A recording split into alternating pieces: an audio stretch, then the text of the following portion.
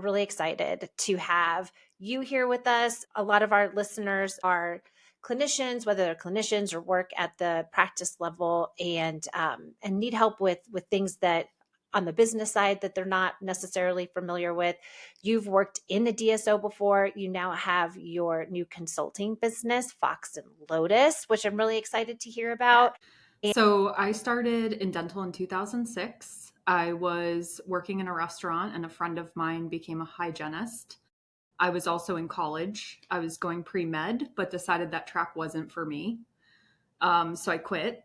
And she said, "Hey, we have an opening at the front desk in this single practice location in Amherst, Massachusetts." It was called Newmarket Family Dentistry. I think both Dr. Freed's husband and wife, they still work there, still have the practice. And I started at the front desk, kind of not knowing what I was doing. And I learned everything that I could learn about a practice, how to be at the front desk, how to greet patients. I was super shy, which people now think is weird because you can't get me to shut up. But I started there. I worked there for 4 years. I left the industry for a little bit, but then I came back to work for a group practice in Massachusetts, predominantly Medicaid. After about a year there, I joined a DSO that was growing rapidly out in the Boston area and worked with them as a regional manager and then director of specialties for about 3 years.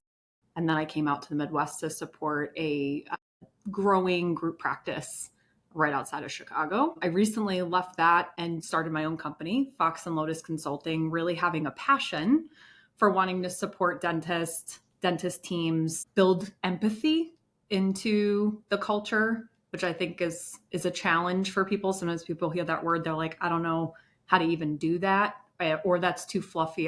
That's not for me. So I really want to help teach people as we're entering an age of AI, how to be human again. So I'm preparing a talk for the Optimize conference coming up in September. And I also have a CE kind of to different audiences, but mostly dentist owners on the CE. And then the Optimize conference is dentists and operators. And as I was doing my research, because I really want this to make an impact, I had a suspicion that dentists under younger dentists were having a problem staying in the industry. Because although I haven't researched it until now, at the roles that I had previously, we hired a lot of young dentists. And I mean, I remember at one company, the associate doctors had a group chat about whose office was better, what the culture was like in the company, why one was quitting. And it was like an underground channel of like associates feeling unsupported, right? And as I've been taken a step back from the DSO world and I'm looking at data, I came across this one alarming number that 40% of dentists right now feel defeated. Like if you think about the word defeat, it's like, I think of like the battle, right? Like you just lost the war. You feel defeat, right? And, or the football team or whatever analogy you want to use in defeat. And I think DSOs actually have to pivot now as well. And this is the hard thing for them to hear because it's so corporate-y. And that's what it's built on is structure. But when I said I take the doctor to lunch, I'm not asking them about their KPIs. I'm not asking them about their patient. I'm not asking them about why they didn't produce. I'm like, hey, how's your weekend? How's family? How's your family? You had a baby recently. How are you doing? Right? Like that's what I mean about connecting with people and showing that you care. And it's hard because the system's almost designed to have us all running so hard that we don't have time, right? Like when you don't have time to say, I value you, or I say a positive good morning when I walk in the office, when I'm so stressed, I'm already walking in with my head down. I don't want to talk to anybody. That's bad culture. It's inevitable that you're going to face conflict. So when the leaders aren't there, you're the person that now has to deal with tough conversations and you have to think critically in a different way. It's not just focusing on patients, it's focusing on the team. Like you are the culture. You make or break the culture of the practice. The dentist does. And just having healthy boundaries that may look like, yes, I need a lunch break every day at the same time. That may mean, okay, I'm here to support an emergency if an emergency comes in at the end of the day, but generally I need to be out by 5 or 6, whatever that is. or if you've agreed to convenience hours, which I understand, like patients need convenience. So it's inevitable you'll probably be doing some type of convenience hour in your week. Just balance that. Hello, and welcome back to another episode. Is that what they're called? Episode of our amazing podcast with DentMen. And we have our fabulous guest today, Caitlin. Caitlin, I just realized I don't even know how to say, is it Zulfic? Yes. Yes, I got it. On the fly. I just realized that. But we're really excited to have you here with us. A lot of our listeners are clinicians, whether they're clinicians or work at the practice level, and need help with things that on the business side that they're not necessarily familiar with. You've worked in a DSO before. You now have your new consulting business, Fox and Lotus, which I'm really excited to hear about. And I'm so excited to have you because how many times can I say the word excited? I'm just hopefully nobody makes a drinking game out of this, because then they'd be hammered within the first 5 minutes. And Milad, you're probably never going to ask me to do an intro ever again after this. So that being said, I would love it, Caitlin, because I don't even know if I know like your whole entire story into dental. If you wouldn't mind telling us and our listeners about how you got into dental and where it is that you are today. And then I have tons of questions about culture and all the things that you're amazing at. So I started in dental in 2006. I was working in a restaurant and a friend of mine became a hygienist. I was also in college. I was going pre-med, but decided that track wasn't for me. So I quit. And she said, "Hey, we have an opening at the front desk in the single practice location in Amherst, Massachusetts." It was called Newmarket Family Dentistry. I think both Dr. Freed's husband and wife, they still work there, still have the practice. And I started at the front desk, kind of not knowing what I was doing. And I learned everything that I could learn about a practice, how to be at the front desk, how to greet patients. I was super shy, which people now think is weird because you can't get me to shut up. But I started there. I worked there for 4 years. I left the industry for a little bit, but then I came back to work for a group practice in Massachusetts, predominantly Medicaid. After about a year there, I joined a DSO that was growing rapidly out in the Boston area and worked with them as a regional manager and then director of specialties for about 3 years. And then I came out to the Midwest to support a growing group practice right outside of Chicago. I recently left that and started my own company, Fox and Lotus Consulting, really having a passion for wanting to support dentist teams, build empathy into the culture, which I think is a challenge for people. Sometimes people hear that word, they're like, I don't know how to even do that, or that's too fluffy. That's not for me. So I really want to help teach people as we're entering an age of AI, how to be human again. I love that. And I know I was going to ask you about the name of your consulting business, but I'll save that for later. But first of all, you can't ever get out of dentistry. Like for anybody who's listening, like once you get in, like you can't get out. So Masood, you're stuck, my friend. So welcome. I tried to leave 3 times. Tried to leave. I tried to leave too. It doesn't work. And what you and I were talking earlier, and you were showing me because I do think it's important, and I wrote this down. Humanizing. You mentioned humanizing the patient experience, and that it starts with the dentists, which I think I don't hear like a ton of people talking about. What do you mean by that? So sometimes people go straight to more often than not, we go straight to the patient experience first as a place to start dissecting our problems. But I heard from someone previously about Toyota, and I'm probably going to botch this, but they basically do the Lean Sigma process in their company. And they had a problem with a line with operations, and they thought it was this problem. But when they really started digging why, they got to a very different problem in the company. And once they solved that, they were smooth. They were in their highest growth phase ever. Obviously, what we're doing in dentistry is not working. I think we can all take a step back, look at how DSOs have grown. The market's cooled off. We're not in this era anymore of like buy. And even when we were buying a lot of those practices going into DSO culture, they were dissatisfied. And it was really hard to bridge that gap between operations and clinical. And so in my time in dental, I'm really taking the last couple years reflecting, I'm a problem solver, but thinking back to the core of it. If the dentist isn't happy, they're perceived the leader in the practice. Even if they don't think they're a leader, even if they're a new grad, they come out of school, they have a doctor in front of their name, they're a leader. And the dental assistants, the hygienists, they're looking to them for guidance, support, advice, and it's a hard job.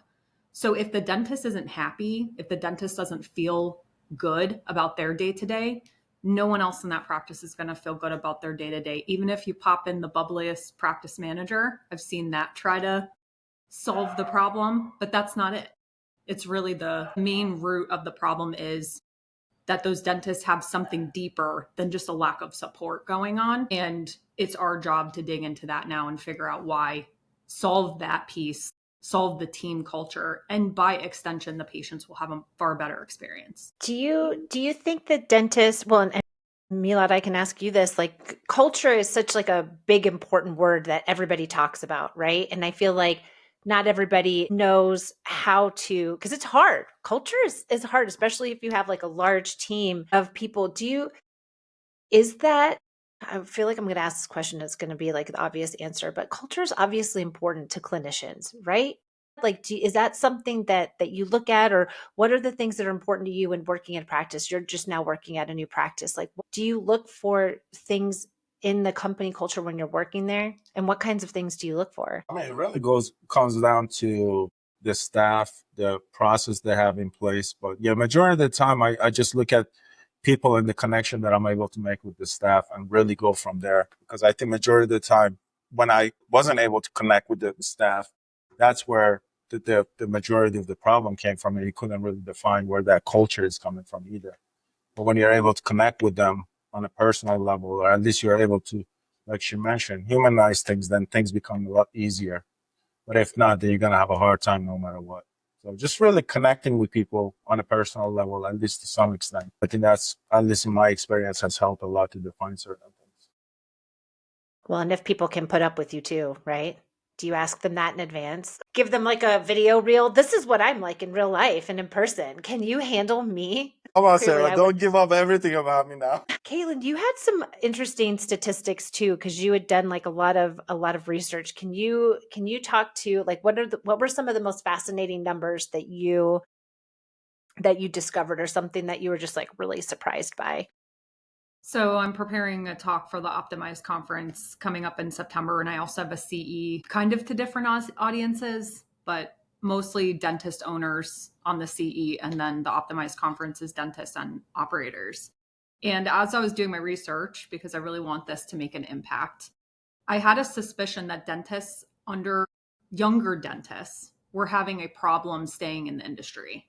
Because although I haven't researched it until now, at the roles that I had previously, we hired a lot of young dentists. And I mean, I remember at one company, the associate doctors had a group chat about whose office was better, what the culture was like in the company, why one was quitting.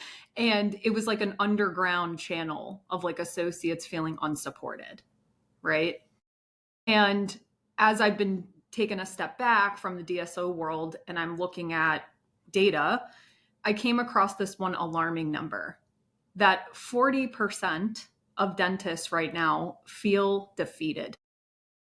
Like if you think about the word defeat, it's like I think of like the battle, right? Like you just lost the war. You feel defeat, right? And or the football team or whatever analogy you want to use in defeat. And that's sad. What was more alarming is that the majority of that number of the 40% are doctors under the age of 44. So if you think about the industry now, people are retiring. We talked about it. I remember hearing through M&A, oh, well, this doctor is going to retire. They're at age 65. They're at age 60. Our doctors aren't going to make it till 60. They're not going to make it till 65 as practicing dentists.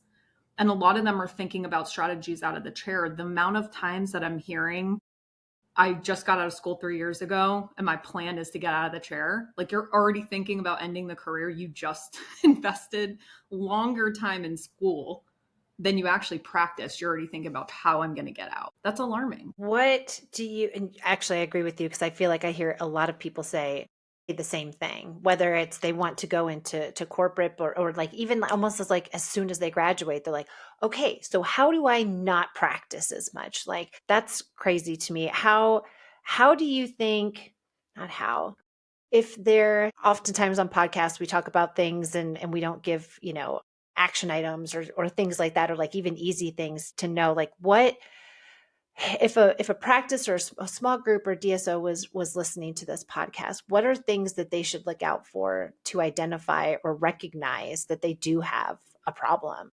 I think it truly starts with leadership. It's a hard thing to hear. As a leader, I've also had to self-reflect. So I'm going to put myself in this bucket. How do I phrase this? I haven't operated at my best self. And a lot of that was because I was also experiencing burnout. So when I see the dentist that's stressed or frustrated over something seemingly little, like my schedule isn't full or my schedule's too full, and I'm like, that's okay, let's just lighten it up. And you lighten it up and they're still not happy. Guess what? The problem wasn't the schedule. There's something else going on, and that person might actually have trouble identifying it. When I've been at my most frustrated, I've needed help identifying what actually has been frustrating me, because it hasn't been the actual doctors I worked with. Am very fortunate. I've worked with amazing dentists. For most of them, truly amazing people, good people. But there's definitely a conflict between what's happening in operations or what's happening in a dentist's world. And I think the solve on this is we have to go back to asking questions and being open to hear feedback. If you're not willing to hear it, if it's too emotional, if it's like you really, I kind of go against, there's some leadership mindsets where it's like, hey, you got to take the emotion out and you got to approach this from a place of like that rigid kind of KPIs and data. I'm not that kind of leader. And I'm okay with not being that kind of leader. I'm metrics driven, but if someone has a problem, I want to hear their truth. Like, tell me the ugly side. Like, tell me the real feelings, because I can help you solve that. But if I don't know what's triggering you at the core of it, and you just give me the fluffy stuff, I won't be able to help you. But I want to know because I genuinely care about people. So I think to start, you have to have a leadership team that genuinely is people focused, that cares about people. That can be hard though. Like that's like literally one of the hardest things, to have to like look at yourself and hear that feedback and like be ready to hear that or even give that feedback, because it's not, even though it's become, in my opinion, more normalized, I think people are still afraid in their companies to do that. And so what do you think if I were a practice owner and I'm like, okay, Caitlin, well then what should I do? What's the first thing that I should do? Is it ask them questions? Is it make observations? Like if a practice were to come to you and say, we need help with our culture and with our dentists, what would be like the number one thing that you would ask them to do, or question you would ask? So I want to first acknowledge that yes, feedback sucks. Giving it and taking it sucks. It hurts. It's painful. I love Brene Brown because she talks a lot about shame, and we as humans we feel that emotion very strongly, but we often avoid it, and it's that step to our growth. So if people are struggling with feedback, just know you're in light company. We all struggle with feedback, but it should feel safe. Like, our job as leaders is to create the safety around giving feedback, the safety around talking. So I'm not a fan of group conversations when it comes to having like real feelings. Sometimes people think, okay, well, I'm going to open up to my team. I'm going to have a team meeting and I'm just going to rip the Band-Aid off and say, hey guys, what's not working? And that turns into a complaining session, or one person's really upset, so they take the floor and the quiet ones don't speak up, but they actually have a lot of value to share. So I'm a fan of just one-on-one. I'm a fan of taking them for a cup of coffee. Hey, you're doing really good with your production. I used to take dentists at not the past role, but the previous role. I take them to lunch. Hey, tell me about what the challenges are. Like, I want to hear the real stuff, right? Do you get along with your assistant? Like, do you guys have a conflict sometimes? Like, how do you deal with your frustration when you are frustrated? What's your outlet? What's your response? And the doctors that had a hard time, I mean, sometimes dentists get a bad rep for being reactive. because they're in a very stressful environment. So it's understandable. And then none of the assistants want to work with that doctor. But I've found that many of those doctors really underneath are like teddy bears. They're just in this reactive state. They're in this frustration with problems that haven't been solved, just on repeat. And that's what causes the anxiety and the stress. So you have to be willing to get in the ring with people, so to speak, and you have to be willing to get your butt kicked a little bit. It's that Teddy Roosevelt quote, the man in the arena. You have to be willing to get in and get in the ugly places with people where it's hard, where they have a hard time sharing. And I think you also have to take the first step in building trust and saying, hey, look, I'm going to tell you about a time where I was like this. And then it's safe for them to open up about how they feel. But they don't learn about this in school. They don't learn a lot of things in school, right, doctor? So how, like, I can't imagine, like, here I am, I decide to be a clinician, right? And then I go and I'm like, okay, how do I not, how I want to buy multiple practices, or I want to be the practice owner. And like on top of all of that, and then culture and determining like how do they, what do they do at that point? Milad, what would you do? We've talked about, one day starting a practice. Like, what would you do in regards to culture? Create dentment, and then you get a mentor. I didn't hear what he said. He said create Dentment and then get a bunch of mentors. You're funny. I plug myself in. No, I mean, absolutely. I mean, the stuff that you're mentioning, is so relatable to me because as a dentist, I mean, I've been practicing for 2.5 years, but I can tell you, I work for some big name DSOs, and I can relate to everything that you're saying because some of those things, the disconnect between the leadership and the doctors cause so much frustration and anxiety. Even like on the outside, maybe nice and bubbly, but those frustration adds up and it causes the doctors kind of leave. I think the landscape of dentistry is changing. Like you mentioned, a lot of doctors want to step away from the chair because I believe it's not like the old days where it was like one practice owner. With the landscape, the way that DSOs are approaching dentistry, I think it's changing the landscape of dentistry a lot, especially for the younger doctors. So I think it's all about having the conversation, building the community, having this conversation that we have on the podcast is really to be able to be a platform of education for the doctors that's coming after me so that way they can understand that this is the normal thing, but you have to pick and choose how you want to kind of do dentistry, what type of dentistry you want to do, and just be clear on that. And then if something doesn't align, just walk away from it. I've done that before, and I'm okay with those decisions because your mental health comes before anything and everything else. Because if not, you're not going to survive it. Dentistry is very tough. It's a very, very hard profession. So if you're not going to know when to step away from certain things, you're going to drain yourself out for sure. Milad, do you have one-on-ones? Have you, in practices you've worked at, is like a one-on-one a common thing that you have with like leadership? Yes. Not in the bigger DSOs, not really. I mean, No. in the smaller practice that I'm in now, I'm in a private practice setting. And I'm telling you right now, I think the transition, I wanted to experience that word, and now that I experienced it, I would never step into another DSO ever again. Like that would never happen. Because the Interesting. experience being in a private practice and having that connection that I have with the individuals, it's like next level to now. Yeah, and I think DSOs actually have to pivot now as well. And this is the hard thing for them to hear because it's so corporate-y and that's what it's built on is structure. But when I said I take the doctor to lunch, I'm not asking them about their KPIs. I'm not asking them about their patient. I'm not asking them about why they didn't produce. I'm like, hey, how's your weekend? How's family? How's your family? You had a baby recently. How are you doing?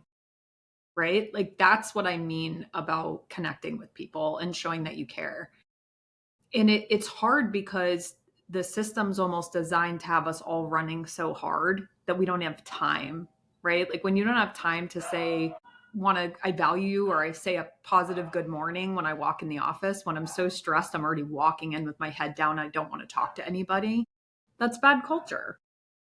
Right. And that's a problem that already has to get fixed before you can go address patient experiences and all that other stuff. That's what I meant at the beginning is you could say, okay, I've got all this other issues and I've got patients that aren't showing. I get that. You want to solve that, but your problem's really at the core of your team first. And when you solve that, the other things solve themselves. Then people are more bought in. Then they're like, when you start talking about no-shows, the doctor's not like, oh God, here she is. Here's Caitlin again, asking me why I'm not doing more dentistry. Because it's hard to say, hey, like, let's go team. Good job. You had a 10K day. And the doctor feels good for 2 minutes, but then goes back the next day and goes through the same hurdle and struggles that they had. No, again, there goes your culture. Well, do you have, I don't know why this question came to mind, but do you have like an example or like a memory or a story of something that you can think of? Because I would imagine that these doctors, when you did take them to lunch and asked them about their actual lives, were they surprised? Were they like, wait, what? You want to know about me and not like my numbers and stuff? Some of them, yeah. Some of them were like, why are we here? I was like, just chill. I'm like, have a sandwich. Like, when's the last time you had lunch in the middle of the day, right? It's Is a joke, there, but it happens. They skip lunch and they're stressed. I mean, just being able to get out of an office environment is so invaluable. But yeah, they were do you have, that makes me sad. Even just one-on-ones, even outside of even the previous company that I worked at, like we didn't have one-on-ones at all. And it's like, that's such a valuable thing to have to create that psychological sense of psychological safety. I'm curious, Caitlin, do you have like a story that really stands out to you of like something turned around? So like culture or even just an individual that felt so negatively or felt away and things, whether it was in the whole entire practice or that person, like, do you have a story that stands Yes, I out to do. you? I'd love, sister, I'd love to hear it. Please tell us. So I was new to regional management, and let me tell you how this transition went. I went from leaving dental, going into a distribution company. Okay, it has nothing to do with dental. I did accounting, so I learned some finance stuff. I went over to a private Medicaid practice I was telling you about, and it was a de novo. So I had one practice. Then I was like, oh, let me apply to a manager role for this DSO. And I went to go interview, and the regional said, you're overqualified. Like, you have too much experience to just be a manager here. I think you should go be a regional. And I was like, okay. So I start as a regional with 10 locations. And imposter syndrome hit right away. Like, the first day, I was like, I don't know what I'm doing. Half of these people probably think I'm nuts. And I just went for probably 2 months, just going office to office, getting to know everybody, just saying hello. What's your problems? Tell me more. What do you need from me as far as support? Right? Just took a good 2 months to just get to know everybody. And there was a doctor. So there was a group of practices that all had the same brand, 5 locations, that as a new regional who had never done this before, the home office goes, oh, by the way, we're pulling the trigger in the next 30 days. We're going to convert them all to a new software. And I was like, okay, well, that sounds exciting. Little did I know what a conversion to a new software does. And it blew them up. And then they were like, oh, remember you guys were buying stuff from Henry Schein? You can't buy from Henry Schein anymore. You now have to get your supplies from Benko. So there was a doctor that was in particular very upset. He was the dental director for one of the locations. And he just would call me and he'd be like, I'm so disconnected from the home office and all kinds of words. And I was like, it's okay. I'm going to show up for you. If the order doesn't get there, like, I'm going to go pick it up myself. And he's like, okay. So sure enough, I went to a Taylor Swift concert on a Friday night. I don't drink really anymore, but I drink pretty solidly there. A couple times a week. It was a social endeavor to go out and drink after work. And then I went to my Taylor Swift concert and I was sleeping in Saturday morning. And this doctor's name pops up on my phone at like 10:30 in the morning. Apparently I was still sleeping. And he says, my beep the beep prophy angles are not here. What am I going to do on Monday? We have one prophy angle and I've got 3 hygienists coming in on Monday. So I'm like, okay, let me call you back. So I hang up the phone. I call over the partner office that's like 2 miles from me. I'm like, do you guys have a box of prophy angles? They're like, yep. I said, I'm going to take those and then I'm going to give back prophy angles for you in like 2 days. So I drove them on a Saturday, 45 minutes away to this doctor's office to drop them off. And I made a best friend. He just became my best friend after that. And I could have said, guys, why didn't you put the order in sooner? Clearly, Benko does a 2-day delivery. Now they messed up and it was 3 because of the weekend. It wasn't going to get there till Monday or Tuesday. I could have said, guys, Profiangles come in a box of 500. Somebody took the last handful and knew. So why didn't you put this on the order? But I was like, whatever. It is what it is. They need Profangles. I'm here to solve their problems. I'm going to go solve this. And that I became, I'm telling you, his best friend. And when he had issues, he came to me and he'd say, magic magician who makes things happen, can you please help me solve this issue? And I would try. There were some issues I couldn't solve. And I was honest when I couldn't. I'd say, that's a big one. I'm not really sure how fast I can do that, but if you just give me some time, I'll try to figure it out. So I didn't overpromise and underdeliver, but I could deliver when I could deliver, when I was called to help support. I truly valued that. I viewed the dentist, I viewed the offices as my customers, and that we were in a partnership, and I wanted to help them to whatever extent I could. So for anybody listening, you should take a page out of Caitlin's book as leader and make sure to help people, because something simple like that, I know it was on a Saturday after Taylor Swift, but still, something simple like that could be so helpful. And two, people are really struggling, and people are still struggling with hiring associates. Like I hear that all the time. And so it behooves people and practices to make sure that this is a top priority. What do you think, aside from feedback and not wanting to really like hear those kinds of things, what do you think is standing? And I'm sorry, I'm asking all these questions, you guys. I love this kind of shit. Okay. So what do you think? What do you think is like the number one thing that stands in their way, Caitlin? Is it because they didn't learn these kinds of things? Is it because they don't want to take a look at themselves? Like, what do you think? What do you think people should ask themselves? Like, why is maybe there's a barrier in between me and working to make sure that we as leaders are ensuring that our team has a healthy culture? Like, what do you think it is? I think it's unique to whoever these situations are. It's hard to pinpoint one type of problem, right? I think some people are just really good at interviewing people, and some people are just not. If the main dentist is doing everything, if they're the solo doctor, if they're doing payroll, if they're doing all the recruiting by themselves, that's hard. And that is going to make you feel like life sucks. And when you have to interview people, it's going to show that you're not happy. So you have to take care of number one. I think that's even deeper than what I said earlier about us paying attention to other people. We can help them identify when things like clearly they're stressed, but it's up to each one of us as individuals to take care of ourselves enough that we're not bleeding out on everybody else.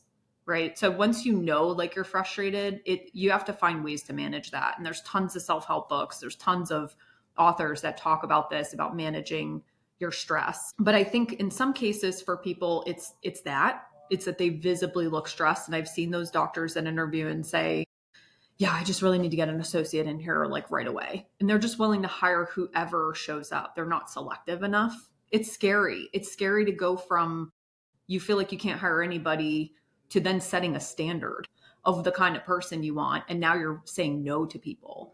But I think practicing saying no is a good thing. It's boundaries. You don't want to bring someone who's not a culture fit into the office to begin with. That's going to destroy everything else. I think that's part of it. I think I've interviewed a ton of dentists and I haven't had an issue for the most part hiring doctors. I think it's because I bring an energy to the culture. If I'm passionate about culture, I'm passionate about really understanding what an associate wants for their life. Not how much do you want to produce. And I believe if like an associate comes to me, you're new out of school, they oftentimes have a significant other. The first year out of dental school, they've been postponing weddings. They've been postponing having children. Now they're going to start doing that. So not only are they looking for offices where they can start producing and make money and pay off their loans, but everything almost jam packs into this next year to 5 years. They're trying to hit other major life milestones. And when that's weighing on you while you're doing dentistry and you're not sure if your employer supports that, that's hard. That's heavy. That's sitting inside a lot of these people. I think as when we interview, if I was a dentist and I was interviewing for my practice, I wouldn't be looking through those types of circumstances. Like I wouldn't dismiss a woman who wants to have children a year after dental school. I wouldn't dismiss a male dentist who wants to take time off because he wants to be with his wife after she's had a baby. I wouldn't dismiss someone who says, I think I'm going to be in the area for a year, but I'm not sure because we might want to be closer to family. Like, I think those are missed opportunities. I think those are missed relationships. If the person's really a good fit, then those other things really don't matter, in my humble opinion. I've never heard somebody say, like, even that analogy of, and it makes total sense because you are in school. How long is dental school? Forever? How long is it? 4, 5 years? 4 years and yeah, it's about like total 8 years. 9? Yes, 8, 9 years. Yeah. you go to undergrad and then you do grad school. My Yeah. goodness. Yeah, so I'd never even thought about the fact that like they do have all those things that they want to accomplish or go do, and that their significant other might be waiting to get married. That's so interesting. What other, we were talking about other types of you had a bunch of statistics on that sheet that you showed me earlier. I'm curious to know what other ones like really stood out to you. And again, Milad or Masood. I mean, I could ask questions about this stuff all day long. I'm gonna have to find my stats. Today we're just the audience, sir. Okay. All right. I definitely don't mind that. I just love it. It's interesting the evolution of company culture, right? Whether it's a practice or any type of a company. Like it used to be, wow, such a buzzword. And we know we have to, work on culture. And then we like said that a bunch, but we didn't do anything. And now I feel like people are actually trying to do things because we're normalizing self-help. Oh, you know what? That's what I wanted to ask you, Milad. What do you do for, I'm almost afraid to ask this, but what do you do to manage your stress? I have Am I going to meeting with regret Sina. this? I'm kidding. I have meeting with Sina and Masood. That's what manages your stress, or that's what makes you more stressed? I, in the past year, I feel like I haven't done anything to manage anything at this point. My life has been work. But no, outside the joke, I think just having, I travel a lot. I go see friends, I travel a bunch. And then during the day, I try to get some exercise in if I can. But yeah, typically I do a lot of traveling. I try to get away, at least on the weekends.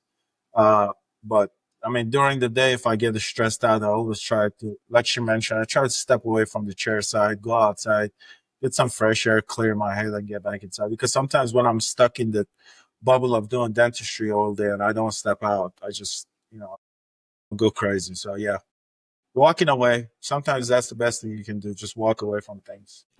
So I have a fun statistic to share on that note, if you guys are interested. Absolutely. So there was a survey of 597 dentists. Out of that group, 37.5% exhibited high emotional exhaustion, and an additional 25.6% had high depersonalization. What do you think depersonalization means? I don't even know. I don't know. It can't someone's personality, but something like that. I mean, it's depersonalization. They don't want to be around people. They're cynical about their job. Cynical, right? So that reaction you have, Milad, is common, right? And I think that's what we have to help the industry identify, is that when you're around people, and I can only imagine, because my jobs have been talking to people nonstop, but if you had 15 people in your schedule and you have to introduce yourself to all 15 and hype them up and get them excited and try to convince them to buy from you, and you do a sales pitch every 30 minutes or an hour, on the hour, all day long, it's exhausting. And I've seen schedules where dentists don't have blocks for lunch. There's no like midpoint to the day where they're like looking forward to the lunch. I've seen places where there are structured lunches, but I've seen unstructured lunches. And I truly believe lunches are important, and the dentist needs a break in the half of the day so that they can go out, decompress, breathe, talk about something other than dentistry, and then go back into their afternoon. But the scary thing is we're in a people focused industry and dentists are detaching from people. There has to be a different angle to solve that, right? It's not go, go, go harder. It's not push, push, push more because it's burning dentists out. The numbers don't lie. The numbers are saying that they're burning out. And in essence, the funny, like not funny, but the more alarming statistics is that the rest of the team is turning over. While dentist turnover isn't as high as a dental assistant or a front desk, there's reasons for that. Dentists often have contracts. So if dentists didn't have contracts, would the number be higher? Maybe. But the rest of the team turnover is high, and it's higher in offices where the dentist has a stronger dissatisfaction. That I got from a previous role where we did engagement surveys. And the engagement was high when the dentist felt engaged. If the dentist was not engaged, the rest of the team was very low. Interesting, right? I mean, it definitely makes sense. And I went to a panel in February for a small DSO event, and they had, I don't remember, it was like 4 or 5 operational people on stage from DSOs. And somebody raised their hand and was like, because we were talking about associates and things, they said, "What type of personality assessments do you use for your team and for your associates?" Nobody said a damn thing. I was shocked. Like, no, you don't use, I mean, maybe it's just me. Maybe I just love them so much, but like, is that beneficial, Caitlin? Like, shouldn't they be doing those kinds of things? I have a love-hate for personality assessments. I think they can be overkill, and I think they can be limiting. So I've taken a lot of them, and unfortunately, you can judge. So I'll again take myself as an example. If I know what somebody wants, sometimes or someone's personality, for example, I've done DISC, Colby, Culture Index, Predictive Index, you name it, Myers-Briggs. And if I did that with my team, I used to send my team Myers-Briggs assessments because they're free. And I'd say, go ahead and take this. I have a guess at what you are. And in a positive way, I wanted to help them reinforce who they truly are, right? In a way, my intention was to help them be okay with who they are, be okay with being different. That they didn't have, just because they were a practice manager and didn't have this type of personality, didn't mean that they couldn't be successful. Because let's be honest, like there's no one size fits all in practice management. There's no one size fits all in dentists, right? We're people, we're different. The challenge with those assessments were people started to take them very personally, myself included, where I would see myself limited in a box, and it used to really freak me out because I'm like, wait a minute, am I not an operator? Because I like people so much, am I somehow like this wild person that just is a bleeding heart and can't follow the KPIs? And the reality is that's not true. Like I do both. I do both. But if I truly just test myself on the assessment, I'm probably like a hippie that just like wants to share love with everybody. Like, I love you. Tell me your story, right? And that doesn't work in real life. You have to balance it, right?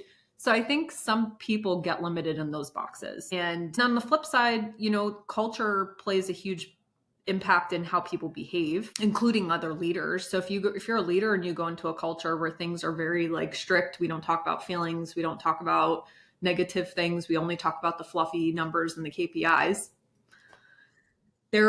Somebody going in there is going to just go, oh, this is how it is, so I'm just going to like sit here and follow the crowd, right? It's hard to break a crowd like that. So you become them.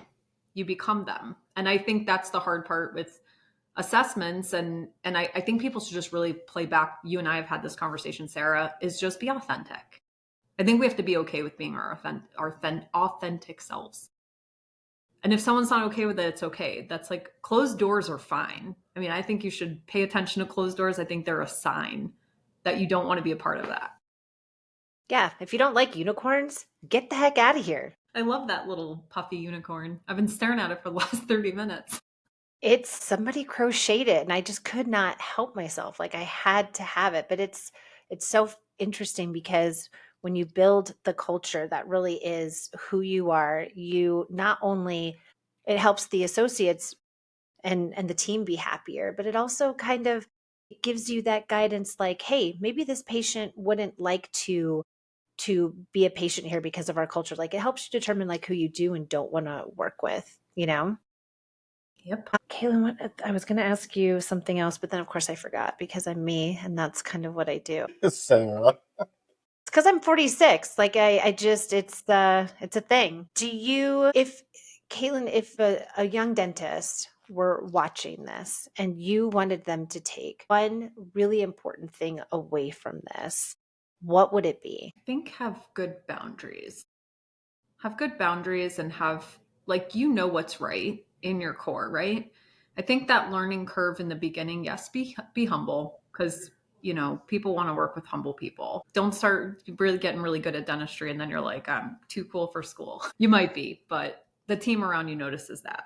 I think it's important to know what your boundaries are for your own health and wellness, and for you to be the kind of leader. I know leadership is scary. I don't think dentists, correct me if I'm wrong, Milad, but do they tell you somewhere when you sign up to be a dentist that you're also going to be a leader when you start dental school? Nobody talks about that. They're just throwing it in there.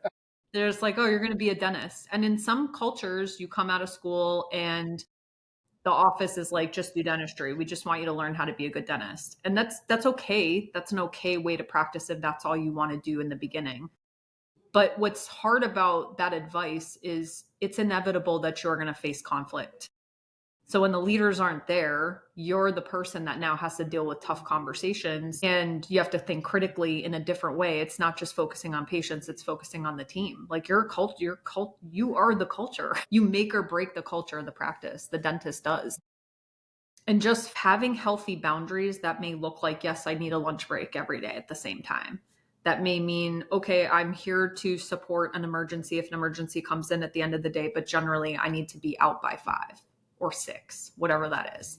Or if you've agreed to convenience hours, which I understand, like patients need convenience. So it's inevitable you'll probably be doing some type of convenience hour in your week.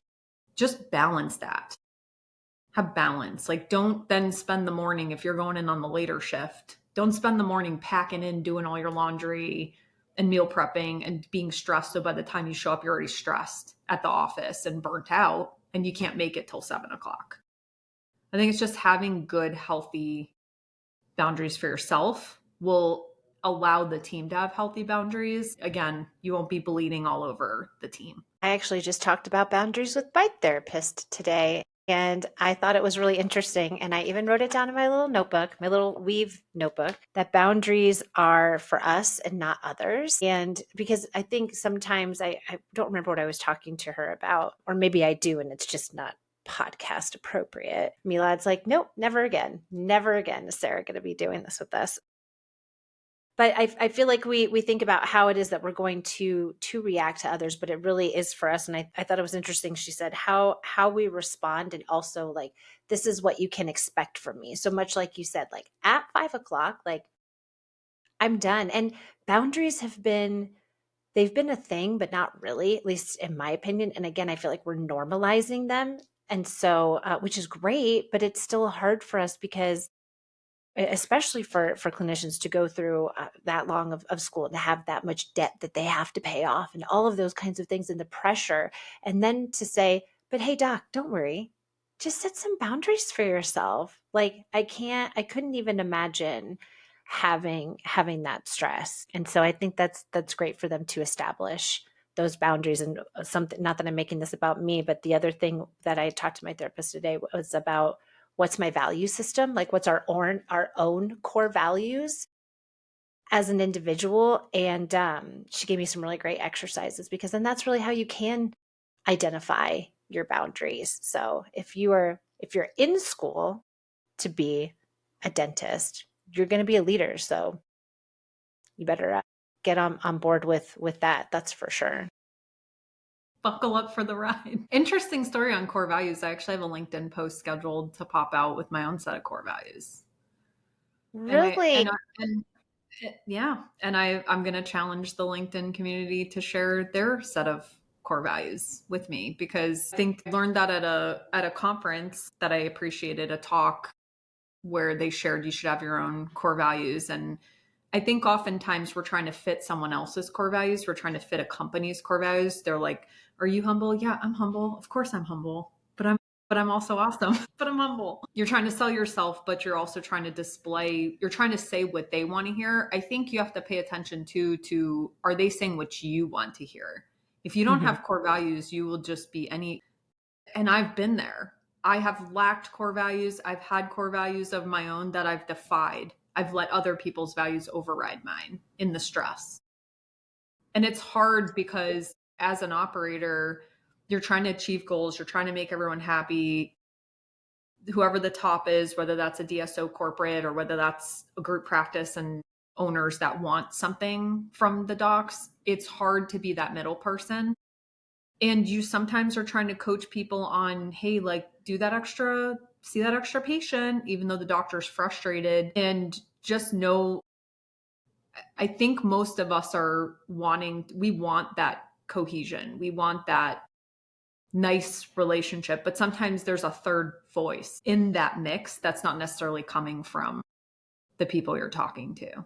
So I think that's where we got to find more balance. I think when dentists speak up and share what they need more, and they realize that they have more power than they probably think they have, I think that's important for them to lay down those boundaries and say, this is what I'm willing to do. And I respect people that hold to their boundaries. I went through my picture. These are my core values from 5 years ago. So when I showed or talked to my therapist about it, but she also suggested that you redo that once a year. I thought that was interesting to redo, but that's for anybody listening to this, whether you're in dental, outside of dental. Masood, I don't know if you have your core values or what your value system is, but I think it would be something really important for like you to do, you adorable young little person, you.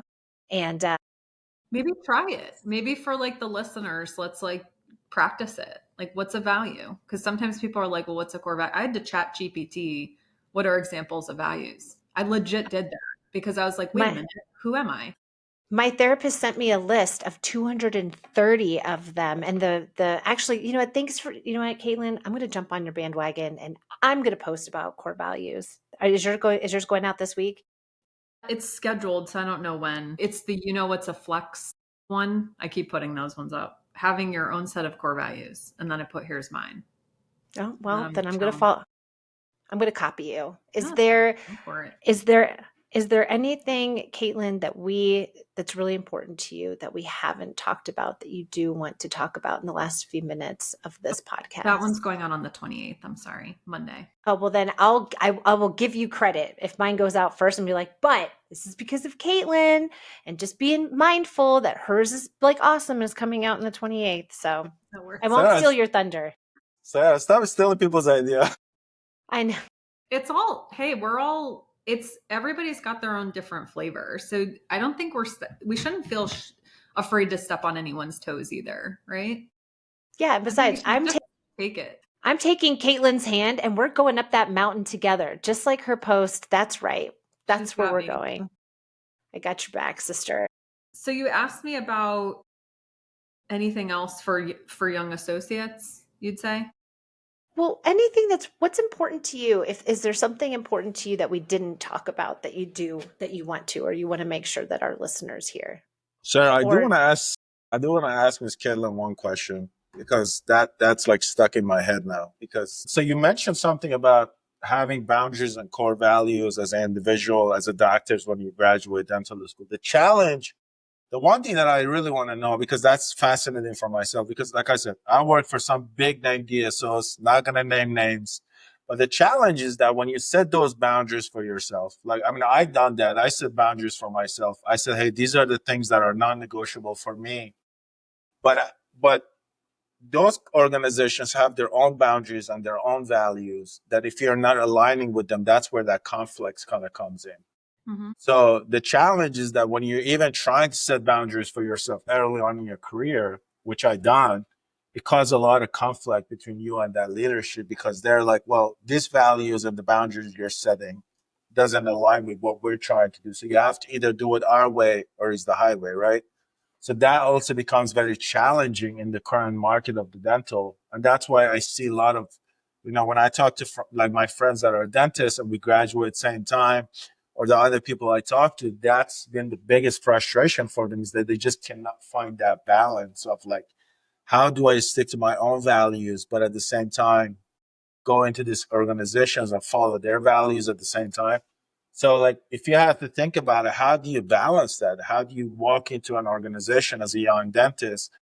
You're coming out of dental school, you want to set boundaries, and then you work for this bigger organization. How do you find that balance? And how do you like kind of communicate that with them? Say, hey, these are my non-negotiables early on when you enter the company without losing your job in a sense.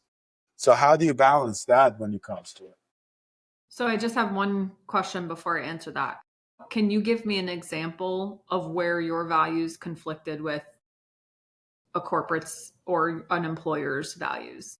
Absolutely. I think some of the things that we discussed, right? Like, hey, I don't want to work this late hours, or hey, like, I want to have the lunch. Simple things, right? Hey, like, I need to have like half an hour for myself in middle of the day. And they're like, well, this is not going to happen. We have to be open to these hours. We have to do this. We have to do that. Or sometimes they say, hey, you have to work the Saturday when you don't want it to work those Saturdays, right? So I think that's where like you're setting your boundaries up, but at the same time, those boundaries doesn't align with their boundaries, so it causes that conflict. Mm-hmm. So how do you balance that out? Because then you're either damn if I do and damn if I don't, in a sense. But you're just trying to figure that out. It's just a little bit challenging. It is. And I think that's why it's important. Some of the dentist owners may hate me for saying this because there are people who want the associates to come out and do maybe not, like maybe shorter weeks. So some dentists are finding, okay, I can hire new grads and put them in for 4 days a week and do some convenience hours. I believe that's balanced. But if you're doing 5 days a week and you're doing all these evenings or more than like 2 evenings, or you're doing all Saturdays, I mean, that's in the prime of your life. You just went through dental school, right? Like you're still in your youth. And none of us want to get to 65, be sick, and retire or burn out at 45, just as you're probably paying off your student loans and say, I'm done with dentistry and I want nothing to do with this, right? So I think it all starts from the beginning. I think associates really need to think about when they go into an interview, saying what they need and not being afraid that you're going to lose the job. And I say that easy because I'm in this chair right now saying it on a podcast. But going to an interview, whether you're a dentist or not, and you start saying your boundaries, because everyone wants fluff in the beginning. Everyone wants to sell each other on the job. You want to sell yourself to the employer and the employer wants to sell themselves to you. So it's almost like this very immature dance that's being done just to close a deal. But it's just like an affiliation, these M&As that go wrong. They do the dance till it closes and then the truth comes out. Don't hold the truth back. Be the person, because it's your life, right? Be the person that says, hey, I need to be able to, I can work one Saturday a month, or I could do 2 Saturdays a month. I can't do 4. I have responsibilities at home. And hey, for me to show up as the best person and the best dentist that you want me to be, this is what I'm going to need to be able to do that. And I just need clarity from you. Is this going to work? That's got to get said, I think, early on. Now, if you wait until after, it will be harder, especially if you said you would do convenience hours and now you're trying to backpedal. Nobody likes that. Ops doesn't like it because we have to solve that problem. And not only do we have to solve the dentist who doesn't want to do it, we have to solve the staffing that was set up to do those hours because they're looking for their hours too. So that does make it harder. It's not impossible. But if in the end, the job is taking more of your stress, is causing you more stress than happiness, it might be time to say goodbye. And the beauty of the industry we live in right now is there's so many options. There are great DSOs in the US right now that are doing great things, that are giving clinical autonomy, that are helping support dentists the right way where they are happy. And there are private practices that are doing the same thing. And there's group practices that are doing the same thing. It's not one size fits all. And I just had a friend, she graduated from BU. I reached out to her and I was trying to help her find a practice. She didn't want to be at a DSO, kind of had different feelings about it, but she wants to work basically 2 days a week. She moved to Florida and found a part-time practice that she could work at. And the reality is those positions are out there, right? There's dentists that want a 2-day-a-week dentist. And just depending on your goals, you have to be really clear. If you're, don't I think what I would say is sometimes people hold their cards to their chest to say, well, I don't want to tell them that I want to have kids or that I want to get married next year because then I won't get the job. Do you really want to work for somebody that's not okay with a life goal of yours, like the human achievement of getting married or having children? I mean, that is where you go back to your values and ask yourself, are those the kinds of people that you then want to be around? I love that. Thank you, Caitlin. Where can this is my love language. I really love this kind of stuff. Where so you're spending more time on LinkedIn. Is that where people can find you? Do you have an email address? Like if anybody has questions or wants to tell you how amazing you are, because I'm sure they will, where would you like for people to reach out to you?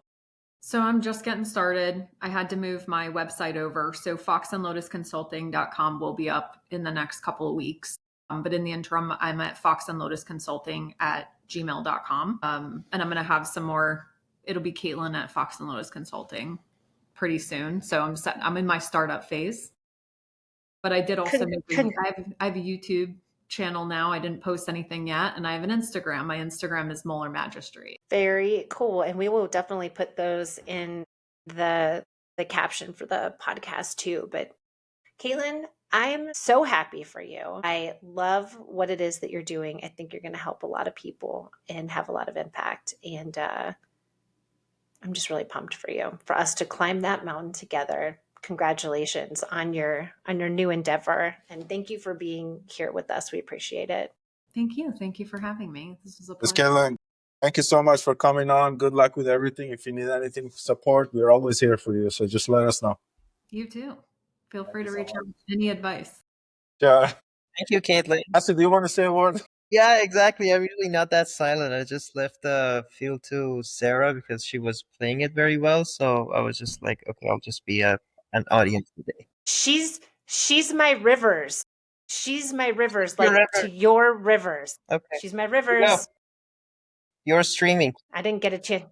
Yeah, I didn't get a chance to say a damn thing in that one. And I kept trying. I almost tried to mute you. And I was like, no, man, he'd be Yeah. so upset with me. Yeah, So it was me. I thank was you. so jealous of Sarah. I wish.